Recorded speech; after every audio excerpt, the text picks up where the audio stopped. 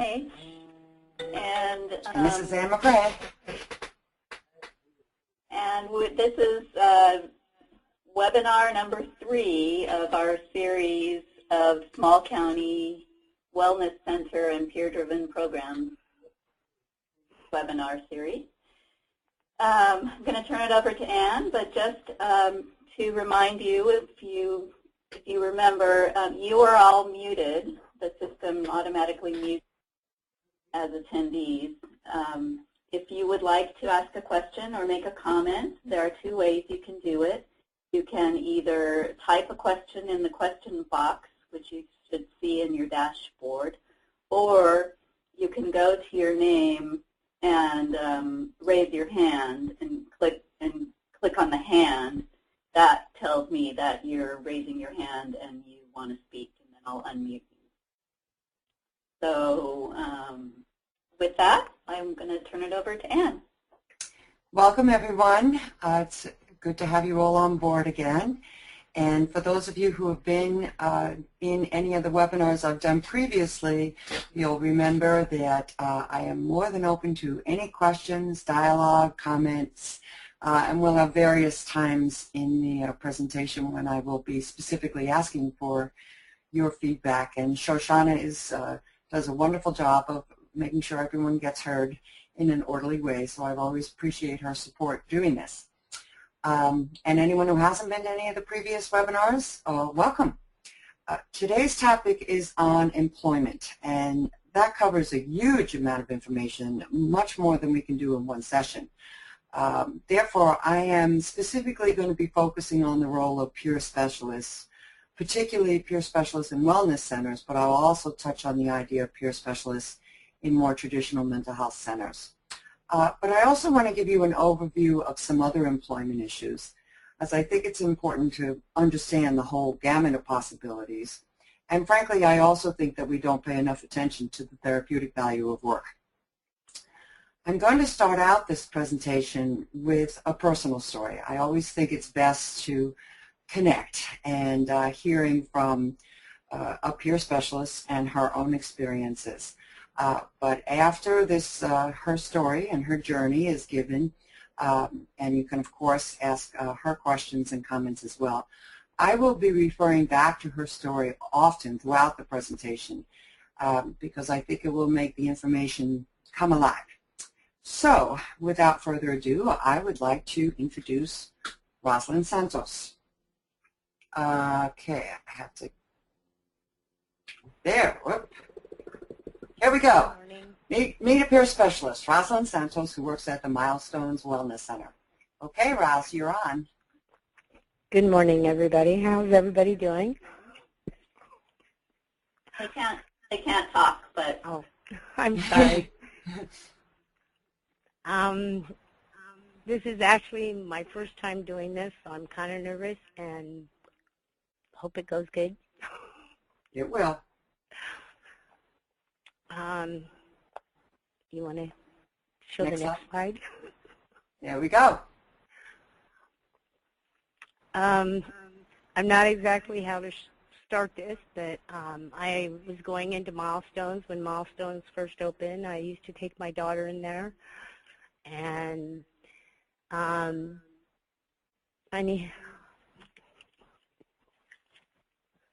sorry, I'm nervous. It's okay. I participated in things Milestones was doing, and in 2007,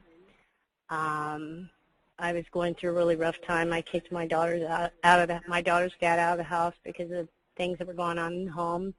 But I started volunteering at Milestones and was asked to sub for one of the workers, so I did. Then I took the leadership group.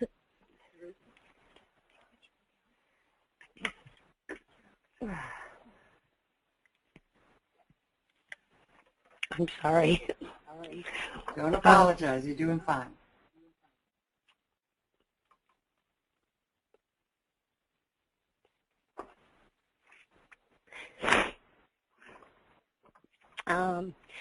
And then excuse me. In September, I was asked if I wanted to be, or excuse me, in 2007, I kicked my daughter's dad out because of things that were going on and was still going into milestones. And then in 2009, my daughter was taken away under false allegations, and I had subbed at Milestones, and in September they asked if I wanted to work, so I became a contract employee and loved my job thoroughly. Don't know what I'd do without Milestones. And became peer specialist in January for Alpine House, and was a contract employee, and then it went to county employee, and now I'm in a permanent position with my coworker Boanna. And you can show the next slide. Okay, I just want to make one comment here. Rosalind's story is very powerful and very personal, and she's a very sensitive woman, so if you hear her sniffle once in a while, this is the path she takes, and it's one of the things that makes her so special.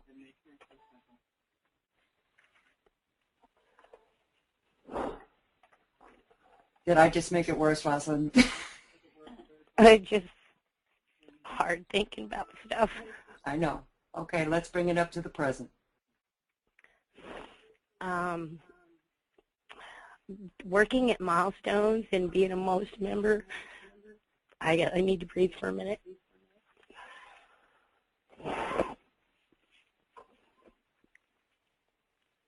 It's helped me a lot. It's helped me to grow inside and embrace myself and give myself self-esteem and courage to continue in my life and everything. I've got my daughter back. My life experiences, I believe, has helped me to better assist people that we work with and stuff, because some of the things they've gone through I have are similar, and I'm more open and understanding, I guess, empathetic and stuff, and this is weird.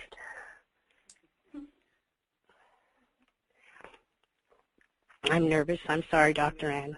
You're doing great, Rosalyn. I get along with everybody that we work with and everything. Boanna, my coworker, and I, we work with several different people from all walks of life, and it's beautiful watching them grow and change and embrace themselves and get their self-esteem and believe in their self and stuff. It's beautiful watching it come full circle. Next slide, please.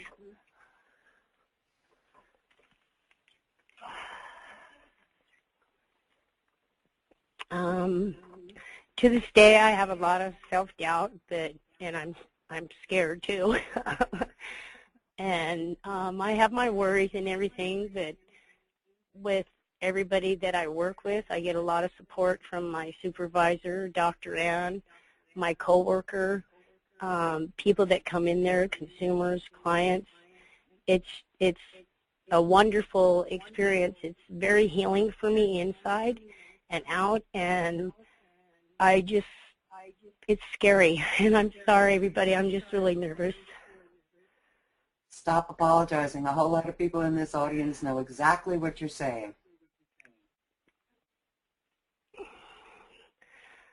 I worry about my daughter's childhood or life growing up and everything, because she's been through a lot. She was gone for a year and 11 days, and she has told me that when she gets older, she'd like to work for Milestones because she's seen how it's helped me. I like myself now. I love myself now. I have self-esteem. I'm happy. I love my job. I look forward to going to work, and it's beautiful. Could you talk a little about the entitlements issue? I know you've talked with me about balancing out the hours and desire to work with making sure that your child services are protected? Well, I was really scared about getting more hours and moving up, so to speak, because I didn't want to lose SSI. I have disability for my back and other things going on with my body, and I have medical. My daughter has medical. All her medical's taken care of, and it's really scary because I want her to have a good future, and I just worry about that, and it'll be okay. I just got to let it be okay. Next slide. So biggest supports. My biggest support, my coworker, my supervisor, you, Dr. Ann, and the consumers/clients that we have come up to Boanna and I and see the lights in their eyes and the enthusiasm, the excitement, and they're, woohoo, I can do this, I can do this. And they some of them who know me really well and know how my journey was, part of my journey, they have told me, well, if you can do this, so can I. And it's just, all the support that I get is really awesome, because if I wouldn't have the support that I have, I probably wouldn't be sitting where I am right now. Great. And then one more slide. Oh, I hope you don't hear that noise outside. There's some contract work going outside. I apologize if you hear the buzzsaw. Sorry, Rosalyn. For your last slide, your vision for the future, where are you going from here? What I'd really like to do is get more education on being an advocate and representative for people that have come from where I did or other walks of life, so that they can have the opportunities that I have. And we do all kinds of groups. We do training and stuff. And I kind of scared, but kind of thinking about going back to school so I can learn even more and develop more skills. I'm kind of computer illiterate, so that's one of my goals, is to learn more about computers so I can get more information through webinars and through the internet and stuff. And someday I would like to be like Joyce Ott and be an advocate all over California for people. Great. Ross, that was beautiful. I really appreciate you doing this, and I do want everyone to understand that doing this webinar was part of her goals. If she knows she wants to be more involved in statewide advocacy, and getting more comfortable speaking is a part of that. So it was a big risk, and I'm very proud of her for taking it. At this point, I want to open it up for any questions or comments specifically about Rosalyn and her story. We have one comment, Allie, saying, really enjoying hearing her story. Right. Thank you. For everyone else. We had a question earlier about, are the prior sessions available, either recordings of the webinar or the handouts that were given? And the answer is yes. We have recordings of the first two webinars on our website, along with the handouts, and I can send you all the link after this webinar is over. On the last slide, when we do the closure, Shoshana's email is listed on there, as well as my email, so feel free to contact either one of us about resources. Okay. Dr. Ann? Yeah. Boanna would like to say something. Okay. Boanna? Hi, Dr. Ann. I just wanted to say that Rosalinds Story is so good, and I work with her all the time. She's a treasure. She's perfect. She does an excellent job. People respond to her, and she is so thoughtful and considerate. I am really proud of her. Thank you. Me too. Have another we have a question. How did you have the confidence to take the steps into advocacy? to be honest with you, I was inspired because I would never give up on my daughter when she was gone. At that point in my life, I was focused on her, and then I started going into milestones more because going home and seeing her things and stuff was really super hard and depressing.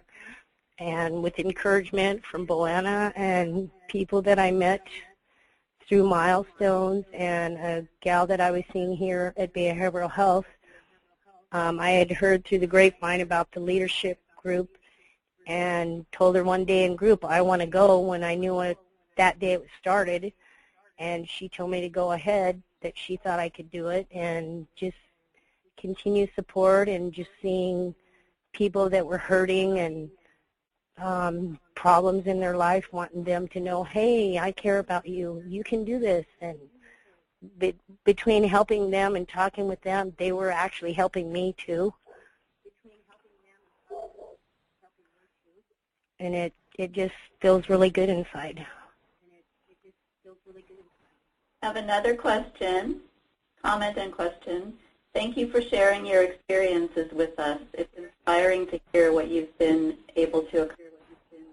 Can you share with us what are some of the specific things that were most helpful to you about the Wellness Center? I love Milestones. It's an honor to be able to work there, and I would still volunteer even if I didn't get hired to work there. I love it that much. It's very healing inside out, outside in. So, Rosalyn, do you think the most important thing is the social networking and support, even more than like specific offerings at Milestones? Yes. Yeah. But the support that, if I didn't have the support that I had from Marlinda, Boanna, Dr. Ann, Noel, Ann Hoole, and Dana Heine, and Mary Simpson, and plus the consumers and the clients, I'm sure I would have got my daughter back home, but the part of me that didn't care for myself or like myself, I don't know if that would have healed. And it is very healing for me. Any other questions or comments, or are we ready to move on? One other question. Okay. Please explain the SSI ticket to work path in more detail, because a lot of people have difficulty with it. The ticket to work, I actually didn't get the paperwork till after I was working, but it's for people that are on SSI that want to go back to work. And Boanna and I, we have the information. I'm sure other facilities have it too. But when people decide they want to go back to work, these people work with SSI to make sure that they still get their SSI benefits and stuff, so that they can go back to work and not have to worry about losing their SSI and stuff. They help them look for work, move up the ladder, and slowly take part of their benefits away. I mean, I'm not sure about the medical. I don't think you lose that in the end, but they work with SSI to make sure that you still have your SSI coming in so that you can go to work and you can have a new future and make a better life for yourself. We're going to touch on that topic again because that is one of the big issues with people going back to work. I understand that can be an issue. Okay, Rosalyn, my heartfelt thanks. I really do appreciate you taking the risk to do this, and I'm sure the entire audience does too. Thank you, Rosalyn. Thank you and everybody that joined us, and I'm trying to get better. I didn't mean to get the way I did. You did great. I apologize. Don't. That's one of her biggest weaknesses. She apologizes all the time. Okay, she's great. All right, I'm going to move on with some of the more content part of the webinar, but I do think these personal stories are so powerful that throughout the rest of the presentation, I'm going to be referring back to some of the things that Rosalyn said. Before we go much into the detail, I want to do a little review here because I think it's important that we're clear who it is we're talking about being employed. And as you all know, there's a lot of different language used and a lot of different terms. And I just real quickly want to review some of these. We talked about this in the first webinar for those of you who were involved. The term people in recovery is the term that is recommended by the United States Psychiatric Rehabilitation Association. And so I'm primarily going to be using this for this presentation. However, in reality, I defer to whatever terms people prefer to use. There is no ideal term, and the language is always changing. But just in terms of clarity, that's the term I'll be using. The only drawback to the term people in recovery is that I think the public still associates this solely with people in recovery from addiction, alcohol and drugs. And I think it's going to take some education to broaden the concept of recovery in the general population. For those of you who were in the first webinar, we talked quite a bit about recovery being a process, sometimes a long-term process. And it does apply certainly to people with mental illness. Some of the other terms have pros and cons. One of the issues talking about in terms of clients and consumers is that you cannot make the assumption that someone who would be a good peer specialist necessarily went through a behavioral health or mental health system, or that they were ever a client. They may have chosen not to take advantage of those services for any number of reasons. The key factor in identifying a peer specialist is that they have personal experience and self-identify as someone in recovery, someone who has had issues with mental illness. People with lived experience is a term that's also preferred in a lot of the literature. I like this term in one way because it honors that personal experience that Rosalyn described so well. The problem with it is that it really should be people with lived experience with mental illness, and that's a mouthful, so it's kind of gotten shortened. But then it kind of loses its value because really anyone who's ever been alive has lived experience, right? So it's although I honor the experience, it's a little bit problematic in what it really means. So anyway, I am going to be using the term people in recovery. If people have objections to that or prefer another term, I'd like to hear about it. Okay, so that's who we're talking about being employed. Let's move on to what is the job. What is the employer-employee match? And here I'm going to be talking about a whole gamut of different kinds of employment models. But as I said, we're mainly going to be focusing on the peer specialist, which is why that little asterisk is there. I'm sure a lot of you are involved with individual placement and support models. This includes things like sheltered employment, in-house jobs, or transitional employment. I bring it up because for a lot of people, this is the place they start. This is the place where their first attempt at employment works. And I really do think that this should be started a lot earlier than it is in some places, and I wish there was more support for it. I'll be interested to hear if any of you are involved in these kinds of models of employment. But it's really the peer specialists that I primarily want to focus on. And even that, there is different kinds of models for peer specialists. One is completely autonomous. For those of you who were in the last webinar, we had a presentation from Sonoma County from a center that is 100% consumer run. And there clearly a desire for a lot of peers to have this. And you know, a lot of people just say, get out of my way, let me do it, and don't interfere. I think it's a fine model if the resources and the skills and the qualified peer personnel actually exist. But in my experience and in my review of the literature, it isn't at this point all that common. And perhaps it's a long-term goal for many organizations. But I focus on what I call the supportive employment model. And I do differ this from support ed employment with the IPS model. Most people, you know, associate that with like sheltered workshops. I'm thinking of supportive employment as something quite different. And again, in Rosalinds Story, she talked a lot about how important support is for her to do this job.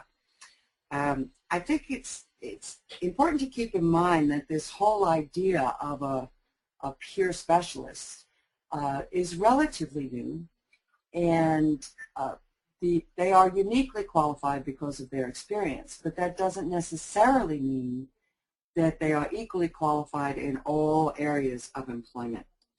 We all know that there are many facets to any job, and while having this lived experience is important, it doesn't mean that everyone is going to be prepared to handle all aspects of the job. So that is what I want to talk about a lot. I think what we have to look at is not necessarily management of symptoms. I mean, obviously people are going to be in different stages of the recovery in terms of if symptoms of mental illness are controlled or completely gone, or whether it's an ongoing issue. But there's another aspect to this, and that's what I call being aware and understanding work culture. For a lot of people who come into a position where they may be, in many ways, qualified to be a peer specialist, they may have long histories of lapses in work. They may never have been in federal employment before, and they may not understand the subtle kinds of things that go with work.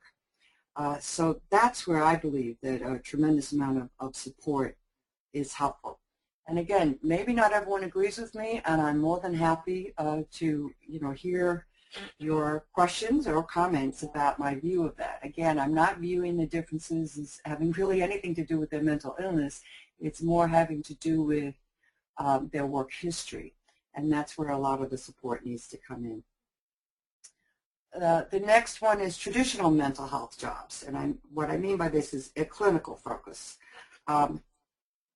It's probably always been true that people with a history of mental illness have gone into the helping professions. They've gone on to be psychiatrists and counselors and various types of therapists. I think that's kind of natural. If one has an experience like that, they get interested in these kinds of jobs. The difference now is that it's not only okay to disclose that. In the past, that was always kind of hidden.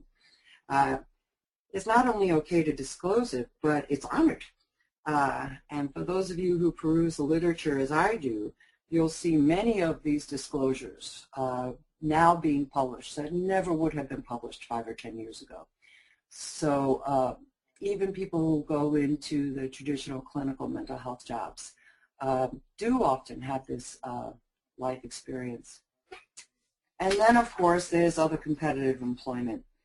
There are people in recovery who may never want the intense personal contact that's required of a peer specialist, but can do very well in other types of employment and more geared toward that because of their interests. One concern that I do have, and I'll touch on this again later on, is that some people leave peer specialist positions for competitive work because of lack of opportunities for advancement. And that is something that we're also going to talk about. Okay, I would like to hear from the audience now if there are different models or if you'd like to share an employment situation that you found particularly effective. James Haddingale from Butte County would like to speak. So I'm unmuting you, James. You can talk now. Thank you. Thank you. Fascinating subject here, and I'm actually working with the employment piece here in Butte County, and I love, Ann, the way that you stated that you support supportive employment and not supported employment, and I clearly see that terminology a lot. Yeah, I clearly struggle with that with my job coaching, and we do have some of our folks that are going to continue to move on and upward, and then we have other people that do require that extra help from the peer specialists. And I think that's where the peer specialist piece comes in, of having that person that says, I know it's kind of scary, that this is, a lot of responsibility. So I thank you for delineating that, and it certainly is a challenge that's set before us and something that we need to keep working on.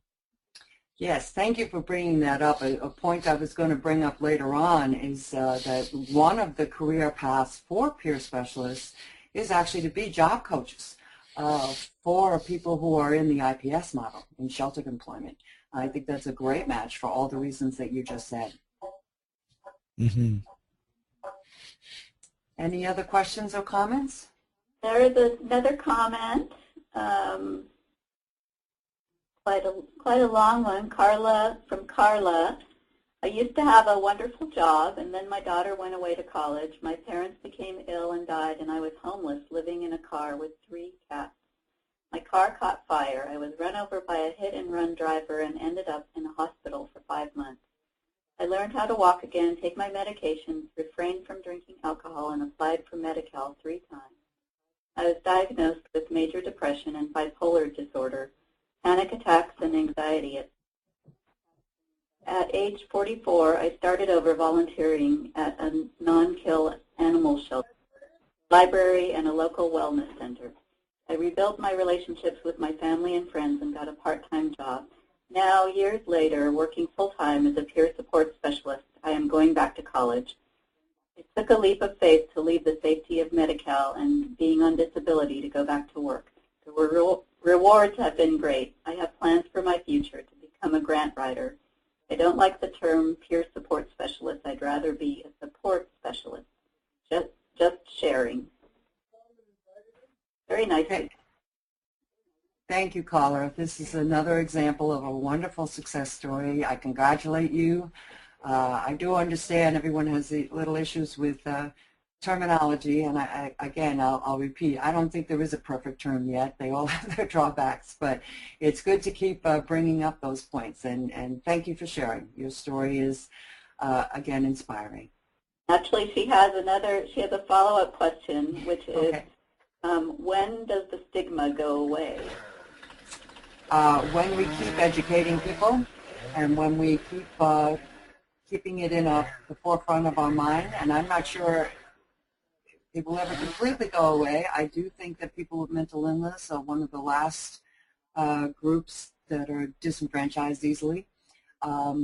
It is a challenge. I agree with that. And in fact, I was going to mention to Shoshana, if we do another series of webinars next year, which I hope we will, I would actually like to do one solely on the topic of stigma reduction, because I think it is a major, major issue. And there is some really good things going on out there in the counties to address this. One more question from Sarah Davis. What steps can a consumer take to prepare for a transition into a period of employment? Okay, I'm going to defer the answer to that because I think the next upcoming slides will answer that. But if you feel I didn't answer you completely, please ask it again. Okay? Okay? Shall we move on? Yes. Okay. The next thing I want to talk about is how to adapt a job. There needs to be a good match between the employer and the employee needs, specifically with philosophy, and I'll tell you what I mean by that in a minute. But obviously, for employment to be successful, it has to be a win-win. The employer has to be benefiting from it as well as the employee. For those of you who attended my first webinar, we discussed the conflict between personal recovery and clinical recovery, or another way to put it is the social model versus a medical model. Most of the time when we're talking about peer specialists, we're talking about this wellness or personal recovery model. However, there is a trend to be hiring peer specialists in traditional mental health agencies in roles such as case management. The benefit of this is that it is possibly an easier career path with the possibility of greater potential for income. It can also be great for the agency by providing a greater wellness recovery perspective into the agency. However, my point here is that I think it is important that both the peer specialists and the agency administrators think through the potential philosophical conflicts and come up with ways to address this. Right now, getting back to the idea of the career path, there is an initiative going on to explore certification of peer specialists. In particular, so they could be hired not just under grants, but hired directly in mental health agencies, with the Medi-Cal billing, etc. In fact, some of you may be aware that there is meetings that have been going on throughout California to discuss this exact issue. Does the state of California want to create its own certification process? Interestingly, the very last meeting up here in the northern region in Redding is going on today. So I wasn't able to attend that, and that's the final meeting. They've been going on throughout the state. One of the resources that I'm going to provide you is all the contact information of that state initiative for the various regions. I don't have any details yet on what they've come up with through these meetings, because as I said, the last one is today. But I'm going to make sure that resource, that flyer about all these meetings is available to you on the website, so you can contact your local region and find out what's going on with that. Another certification that is used in a lot of other states is the Certified Psychiatric Rehabilitation Professional, CPRP, and that is given out by the United States Psychiatric Rehabilitation Association, and their website is really thorough, and some of you may want to look at that certification process if that's something that you're interested in. In terms of other adaptations, one thing I think it's always important to address is ADA compliance, and that is the American Disabilities Act. I'm sure a lot of you are familiar with that. Under the ADA, jobs need to be adapted with what's called reasonable accommodations. Now, for example, it's not a reasonable accommodation if the main focus of the job is a lot of interpersonal contact and a person says they can't do that, so accommodate them. That's the core of the job. That's not considered a reasonable accommodation. But there are a number of things that can be done in terms of giving someone some support, changing work hours, things like that. I do want to point out that the ADA only applies to what's considered disability. So the key for ADA compliance is, first of all, the person has to ask for it. They have to disclose what their particular disability is in order to ask for accommodations. But the second part, it is really only limited to symptoms and diagnoses. The reason I have legal and ethical put down there is because I believe that there's other accommodations that can be made that perhaps have nothing to do with symptoms. And I see that as an ethical responsibility, and I've already alluded to this. It's someone who doesn't have a strong work history may need some accommodations in order to get up to speed in a job. That does not fall under ADA. However, I still think, particularly in this relatively new peer specialist kind of model, that we do need to be looking at that. After all, what we want is success experiences, and I think that will help do that. And then the maintenance of benefits. We've already talked about this somewhat before, but one of the main concerns of people contemplating a return to work or entering the workforce is a fear of the loss of benefits. I have to admit, I have a PhD, and I have trouble navigating this system to figure out the relationships of benefit to work. And usually what I do is go to the peer specialists because, again, because of their experience, they know really more about this than I do in many ways. But my point here is that before someone gets hired, it's important that the person consults with the right people. But I will also say, and Rosalyn alluded to this too, is that many people still want to return to work, even if it means losing some money. There are many other benefits to going back to work: the self-esteem, the long-term growth, the contributing to the community. Again, the therapeutic value of work is sometimes underestimated. But my point is that the person has to know what they're getting into.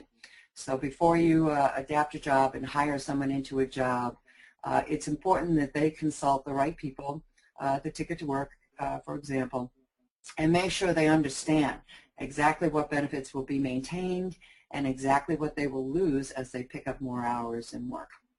I think that is a ethical responsibility of the employer to make sure the employee knows all of that information. Any questions?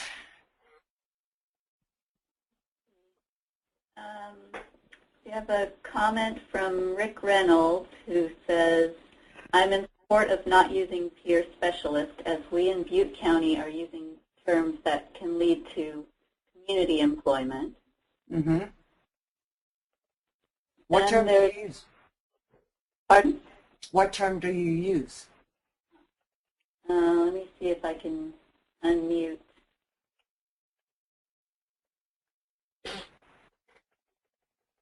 I've unmuted Scott. Rick, are you there? Hello?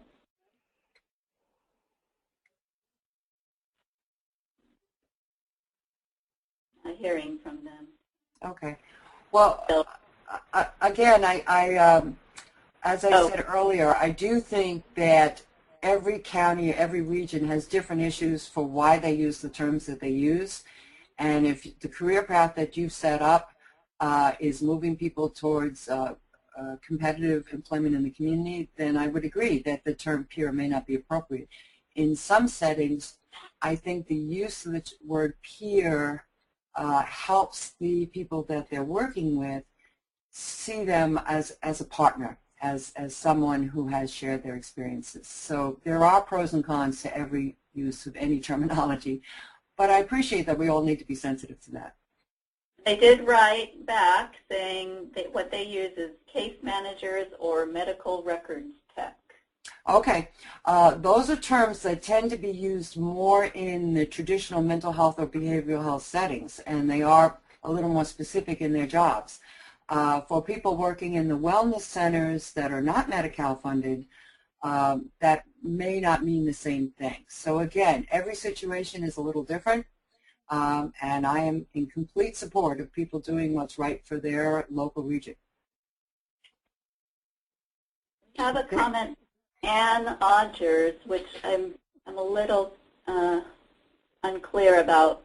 I'll just read it.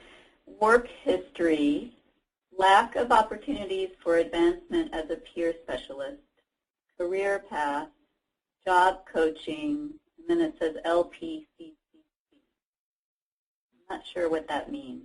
I'm not sure what the final initials are, but all the other points you brought up, we are talking about throughout this presentation. He sent a follow-up question. Why is work history important when hiring a peer specialist? That's a good question. When I'm talking about work history, I'm not talking about the specific content of jobs. Very often people, for example, Rosalyn said, I don't have any computer skills. That's okay. You can build that into a supportive employment model.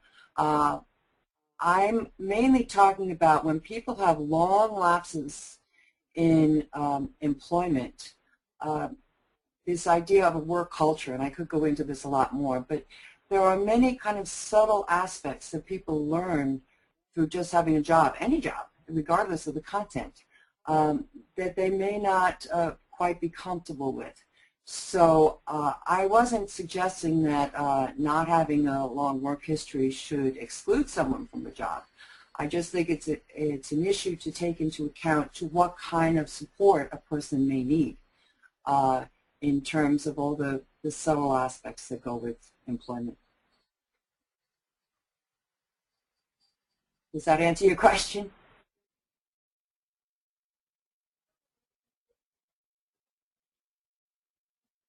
It becomes a big issue in employment, particularly competitive employment. I do workshops on job skills, and I've worked with people returning from prison. I've worked with people who have been institutionalized for a long time, and they never quite know what to do with that on a job application. But again, we're going to talk about a little more about that on the next slide. One more comment from Sarah Davis. In my brother's case, he became ill so young, he has had very limited job experience. Yes. Yeah, Sarah, that's a very typical story, particularly people with schizophrenia. It is typical for the first break to happen in late adolescence, young adulthood, and missing out on that normal course of development is a huge problem. And my point again is that lack of ability to have those kind of practice experiences that young people in particular have, I think impedes workability more than symptoms. And that's exactly what I was talking about in being able to have a supportive environment and adapt the job to take those considerations into effect. Okay, let's see, where am I? Let's move on. Okay, this is a list of reasons why one should hire people in recovery, particularly this peer specialist idea. This is taken from an article in the Journal of Behavioral Health Services and Research. I have the citation down at the bottom. But I'm going to read them to you, but notice this is in much fancier words, but it mirrors exactly what Rosalyn was talking about in her personal story. You can enhance social networks through role modeling and facilitating peer support activities. A peer specialist can engage individuals through collaboration. They teach coping and street smarts and provide hope. That's a really important one. Peer specialists supplement existing treatment. They provide systems navigation to increase access, and that's been a huge role that Rosalyn and Boanna up here in Trinity County have certainly done. They are often the liaisons between the consumer and the system, and they advocate for community integration. So this is all fancy ways of saying exactly what Rosalyn said. So we are hearing these benefits throughout the country. And when you are advocating in your own agencies to hire peer specialists, these are the kinds of things that is supported in the literature that can improve your argument. Okay. Moving on. How should the work be structured? And I think here we're going to get at some of the questions that have already been asked. And again, I'm mainly addressing what I'm calling this supportive model. How do you assess a worker's readiness? There are many ways to do that. There are many formal assessment tools to determine this readiness. If you are developing a large-scale program for this, you might want to consult a vocational rehabilitation counselor or an occupational therapist with specific experience in mental health. However, I do want to say that I think professionals in the past have made a huge mistake in being too protective or too judgmental in determining when someone is ready for work. I think we've held people back, to be very honest. And the thinking now is that given the proper structure and support, and it could be very minimal hours, it could be very tight supervision or mentoring or whatever structure or support the person needs. But the point is, the sooner one re-enters or enters the workforce, the smoother their recovery will be. So this idea that we have to wait around for people to get better is not holding true in the research at all. Again, there is a huge therapeutic benefit to work. And the longer one waits, the harder it becomes, and not necessarily because of their illness. So this whole idea of assessment needs to look at the newer literature. And again, restructuring the job as appropriate. Most people will go through an interview process. It is important to follow your local county human resource guidelines so you're clear on what can be asked and not asked. But given what I said earlier about the lack of familiarity with work culture, I personally am very comfortable with the idea of providing coaching or practice with the interview process. And ideally, the person applying for either a volunteer or paid position has been through a job skills or leadership training, which leads me to my next point on preparation. Our peer specialists here in Trinity County have developed quite a bit of material for our leadership training, and I've taught the course for several years. It is required here before someone can be hired or be a formal volunteer that they go through this leadership training. I want to tell you about a kind of exciting project I'm going to be involved with in this next year with the peer specialists in this county, in that we're going to go through a process of reviewing what we have been doing in leadership training and edit it and add to it as needed. Part of what I love doing, because I love mentoring and teaching, is also looking at not only the content of what those leadership course, what the leadership course involves, but practicing and mentoring with the peer specialists on teaching techniques. A lot of people may have a specific experience or specific knowledge. That doesn't mean they know how to teach. Believe me, I've been in academia 35 years. I think it's important that we look at how this information is done and what specific techniques or skills can we use in leadership training to get people more involved. So that's a project that I will be involved in. One of the things that we're thinking of developing is turning what we already have as our leadership training into two different sections. The first class series of classes focused on self-determination, and the second more on work skills. So another tool that we're going to be used to do this is not only use the material that was already developed by the peer specialists, but I did find a program that came out of a wellness center in Michigan. That's a wonderful document. It's about 100 pages long that shows all sorts of exercises and activities on how to do leadership training. It's a manual for the people involved in the leadership training. And I am going to include that on the resources that will be available on the CIMH website. I think it's quite impressive. We can use it as a starting point. For those of you who don't have a leadership training program, I think looking at a document like this is a great starting point. But even if you do have one and you want to revise it, looking at some other successful programs around the country are very helpful, and I found this one to be one of the best. So it will be available to you as a resource. Before I go on with the rest of this slide, I'd love to hear what other counties are doing with leadership training and what it entails. Does anyone like to share?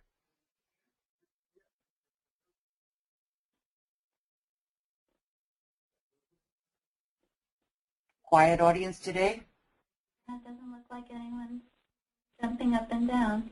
Okay, so I guess I'm not saying anything too controversial, but that resource will be available to you.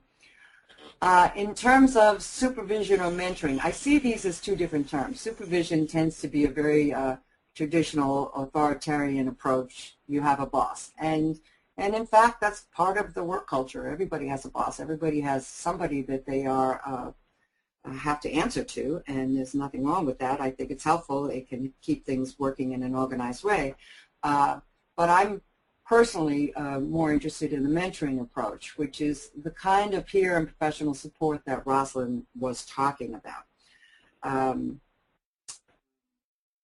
again, part of having a successful peer specialist employment position is to consider those, what I talked about as ethical accommodations. We want a success experience. So the amount of mentoring and the type of supervision should be built right into the job description so there are clear expectations on everyone's part. And then, of course, there is professional development. Again, having a career path. Is there room for advancement in your organization? And I think you need to be clear with people whether there is or isn't. That may or may not include certification, and also providing learning opportunities. And a great example is these webinars that are sponsored by CIMH, and I again thank them very much for providing this venue. But there are many, many other sources of learning opportunities which may or may not include formal schooling. Any questions? We have a response about leadership Yes. from Rick. One of the best ways we have found to promote leadership when you are already working, just like us, we get trained on the job. Yeah. Yeah, I think ongoing training on the job is actually more important than training beforehand. However, there has to be some gateways, and as we said, here in Trinity County, what we do is that we do require people to go through leadership training before they can be hired or before they can be a formal volunteer. But that doesn't negate at all what you're saying. I think that that's just the beginning. From there has to be ongoing learning opportunities. I do agree with that. Any other comments? Wait, what about, wait, I have one, what about job enlargement for peer support specialists to make them more valuable? That's from Carla. Okay, I'm not sure what you're saying about job enlargement. Maybe what you're saying is that is there more tasks or more opportunities even within the job added on? Is the job expanded? And yes, I agree. That is one of the ways to develop a career path. For example, here in Trinity County, the peer specialists also took on this role we talked about last time. It was called the MOST Project. It's the Milestones Outreach and Support Team, where they liaisoned with people in the board and care home in the respite bed. That was an added-on responsibility. And I think people do like new challenges and do want to try new things and spread their wings a little bit. And we have tried very hard to give them the opportunity to do that. The only downside, and I have to say I've gotten caught in this myself, is that you take on these new challenges and these new things without necessarily getting paid for doing that.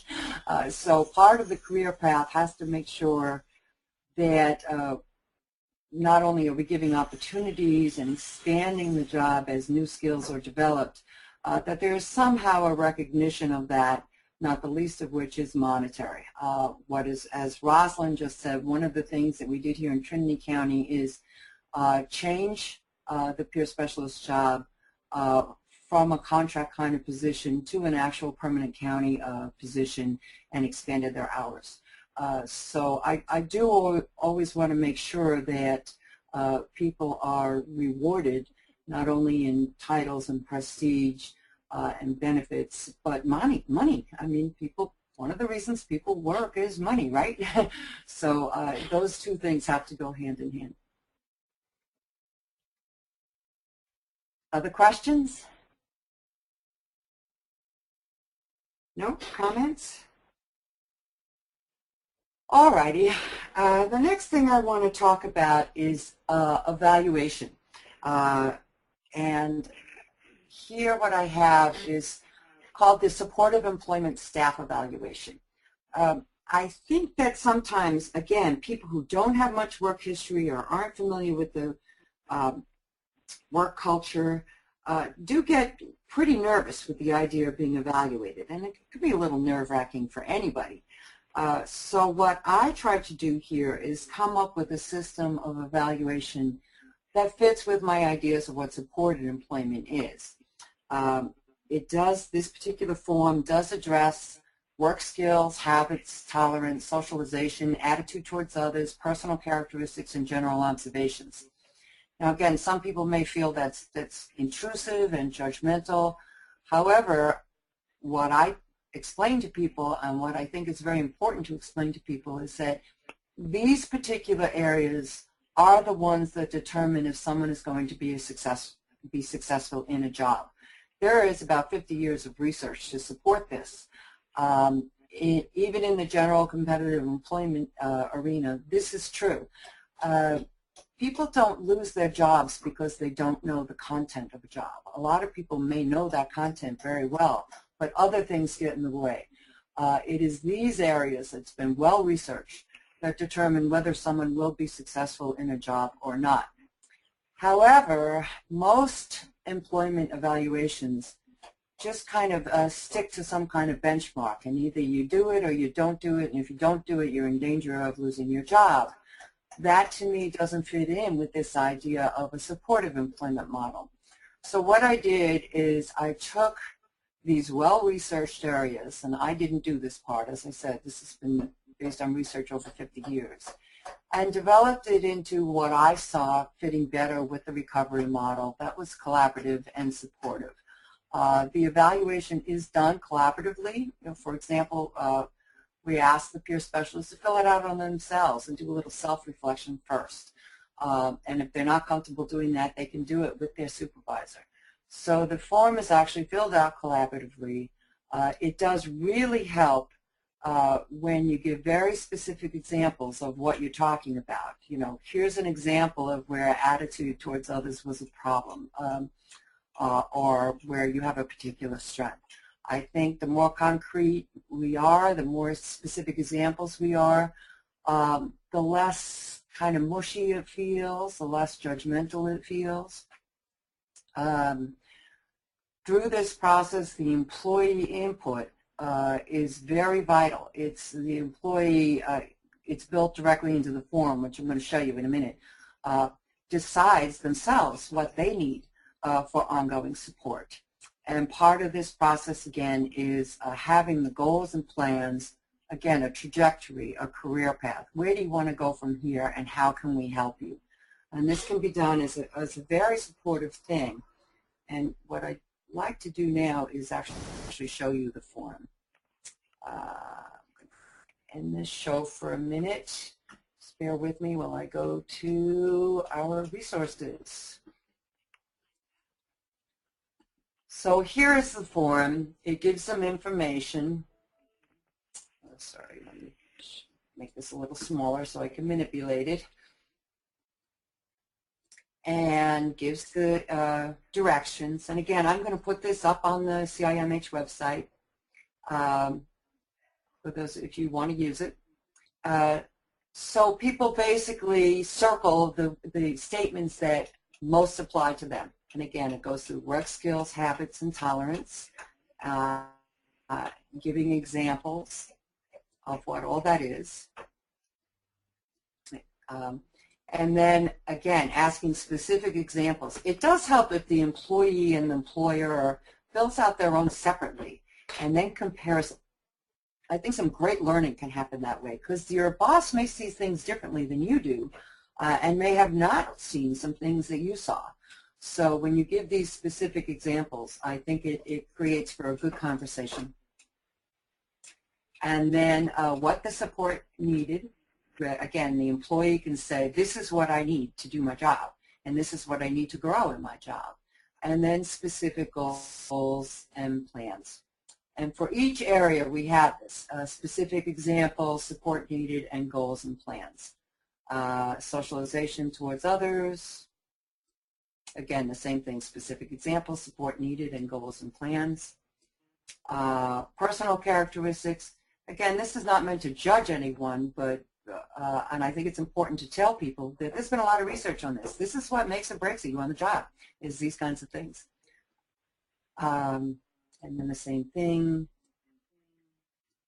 general observations, additional comments, and employee signatures. I do think it's important, and I'm going to turn this off for a minute and go back to my slides. That evaluation is a little different than what a lot of typical county evaluations are. And I remember having a long talk with Donna Matthews about this from Wellness to Work, and her initial feeling was that all employees need to be treated the same. They need to be treated equally. So our conversation was about, again, this idea of supportive employment. This is an age-old argument, but my question is equal treatment always fair treatment? And you may disagree, but I don't think it is. If people are starting from very different places and very different backgrounds, being treated just like every other employee may actually be setting them up for failure. So what we did is we used this evaluation. However, I will give you a caution. If you're going to use something like this, run it through your county human resources. We did that, and I think even the county council was involved, just to check that we're not doing anything illegal or not doing anything that doesn't fit in with the human resources protocols. And they did approve for us to do this, to use this evaluation. And Donna Matthews made an interesting comment that she said, well, you know, all employees should have the benefit of that kind of system. And while I agree with her, I don't have any say over what the rest of the county does. All I can do is my little piece. I think it is more fair to have a ongoing evaluative system like this, and to do it periodically so people can change their goals and see what still needs to be done. I'd like some feedback on this. I have a couple of questions from Alicia. First is, can counties use that evaluation form, and where can we get a copy? Okay, it will be available on the CIMH website, and if you don't want to wait for that, just email me. I'll send you a copy. And again, it's up to the county to decide if you are allowed to deviate at all from their standard county employment evaluation. In our case, we got permission to do so. Alicia's second question is, I saw on the evaluation form a domain called anxiety. Can employees be evaluated on anxiety? What if they have an anxiety disorder? Is that inappropriate? That's a very, very good question. You are not necessarily allowed to, let's see, where did I have that? Did I use the word anxiety? Yeah. You are not allowed to ask questions related to specific symptoms. However, the term anxiety is much broader than that.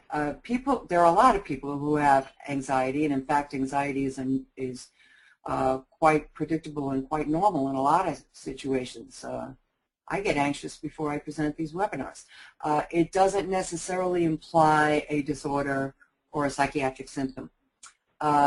But it is a good point, and I'm glad you mentioned that. You do need to be a little careful on that. But again, I've checked this out, and these kind of personal characteristics are talked about in a whole lot of job evaluations without any indication that it means there is a psychiatric disorder. And she also wants to know, is there a copyright? The copyright is up there on the top. See the little C? The copyright is to me. But you're welcome to use it. I'm happy to let anyone use it who wants to use it. The only thing I would ask is if you want to change something on it, if you talk to me about it. That's my only request. April says, I really like this evaluation form. Thank you very much for sharing. You're welcome. And again, if any of you use this, I would love to get some feedback on it.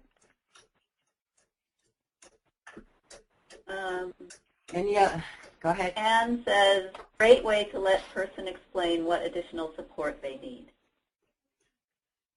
Good, thank you. Rosalyn or Boanna, since you're there and you have actually been through using this process, is there anything that you would like to add on this?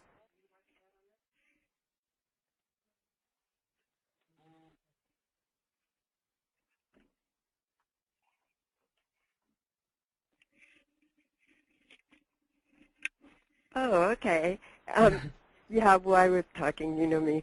But I have found that working for Trinity County Behavioral Health, from the very first day that Ann Hull asked me if I would like to work, I found the entire place has been a pleasure and a delight. People here talk so positively, and it's so supportive and so great compared to working around an area where a lot of people have a real like sarcastic type attitude and stuff.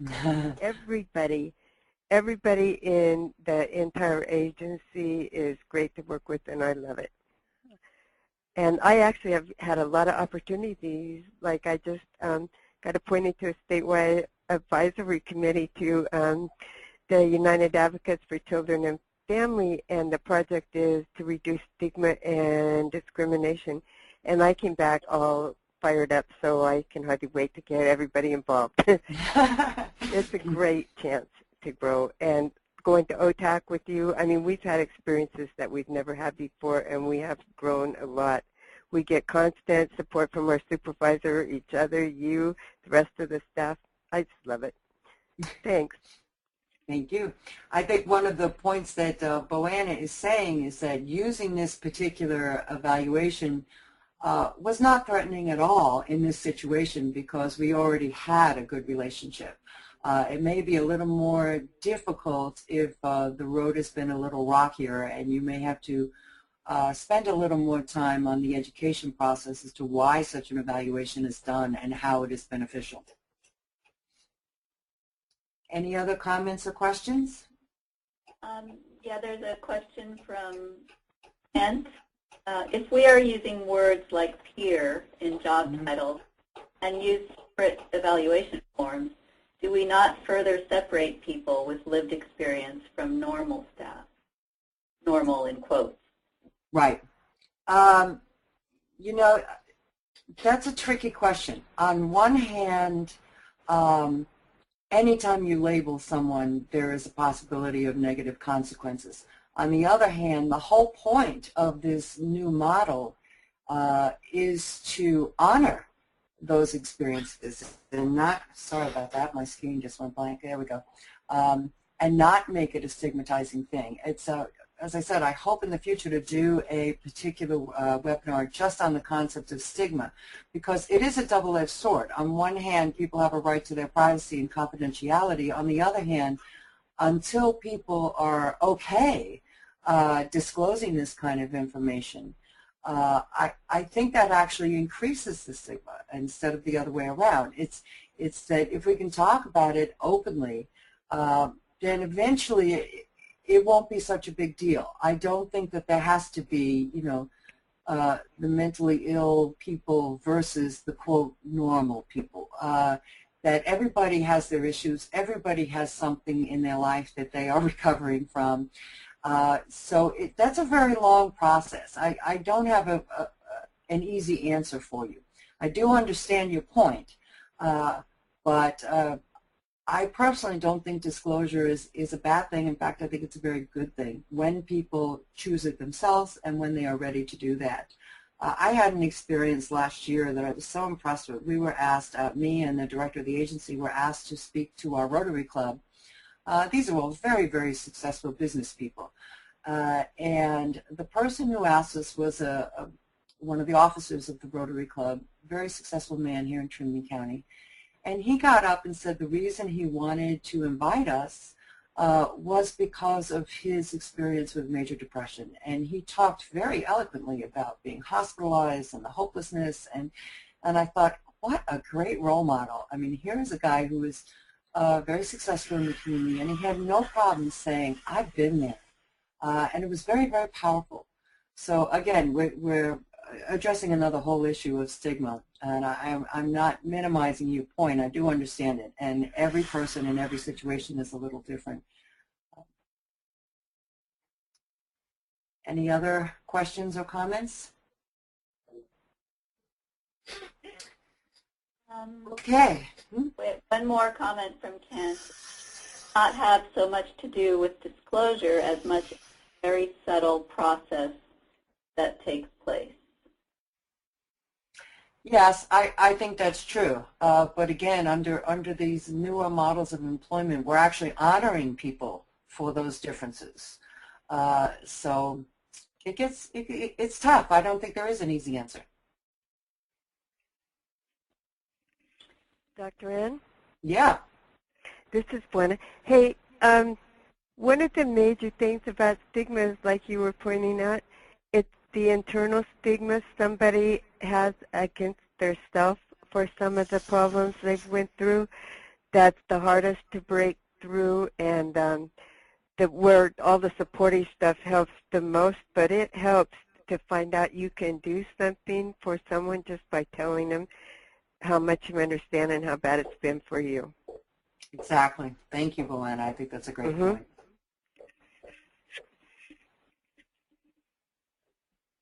Any other comments or questions? Okay. Wait. Okay.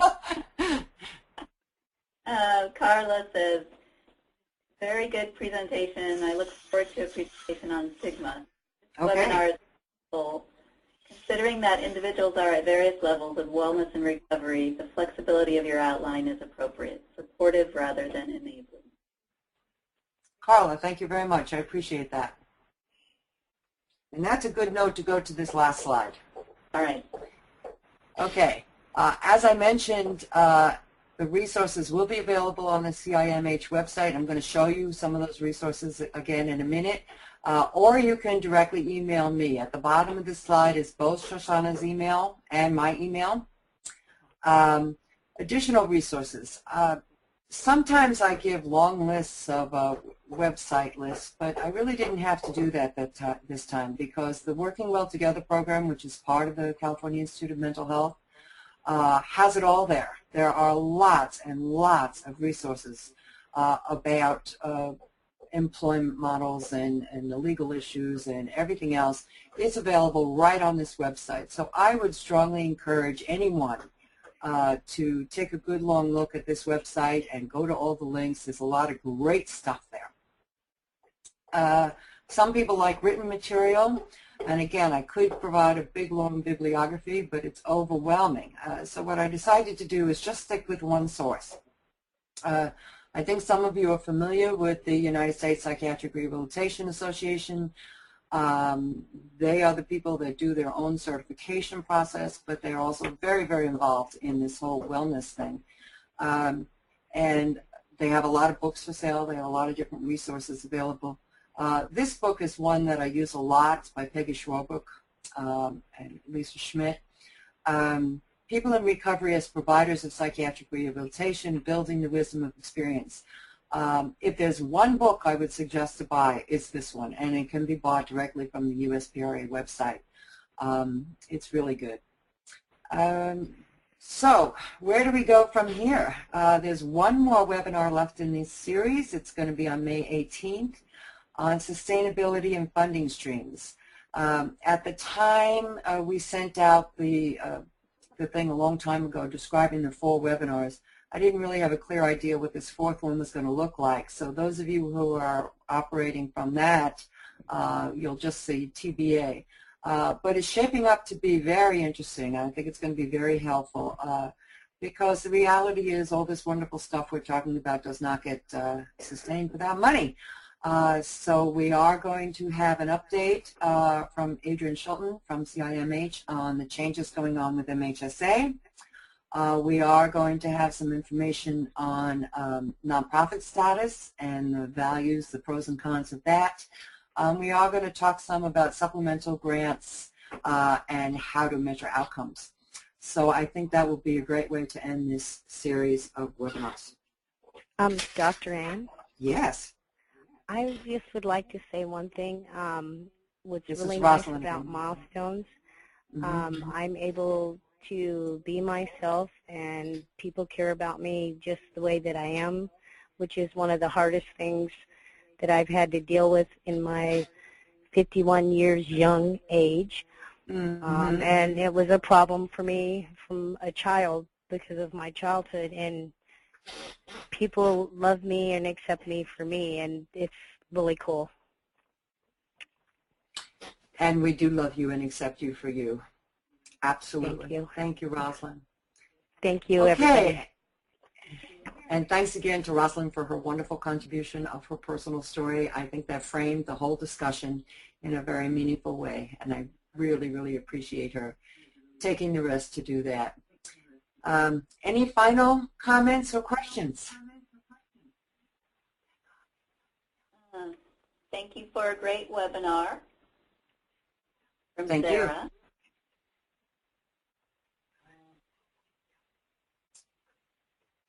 And I would just like to say that I want to put out my thanks to Shoshana. She has been incredibly helpful in doing these, and the California Institute of Mental Health. And most heartfelt, I want to thank my colleagues from the Milestones Wellness Center and Trinity County Behavioral Health. I couldn't do this without you. Anything else? Once again, great presentation. Thank you. We're all looking forward to number 4. Good. I hope to hear from you all on May 18th, and I think with that, we're done. Right. Thanks, all right. everyone. Have a great weekend, everybody. Thank you, Bye. Dr. Ann and everyone. Thank you. Bye. Bye.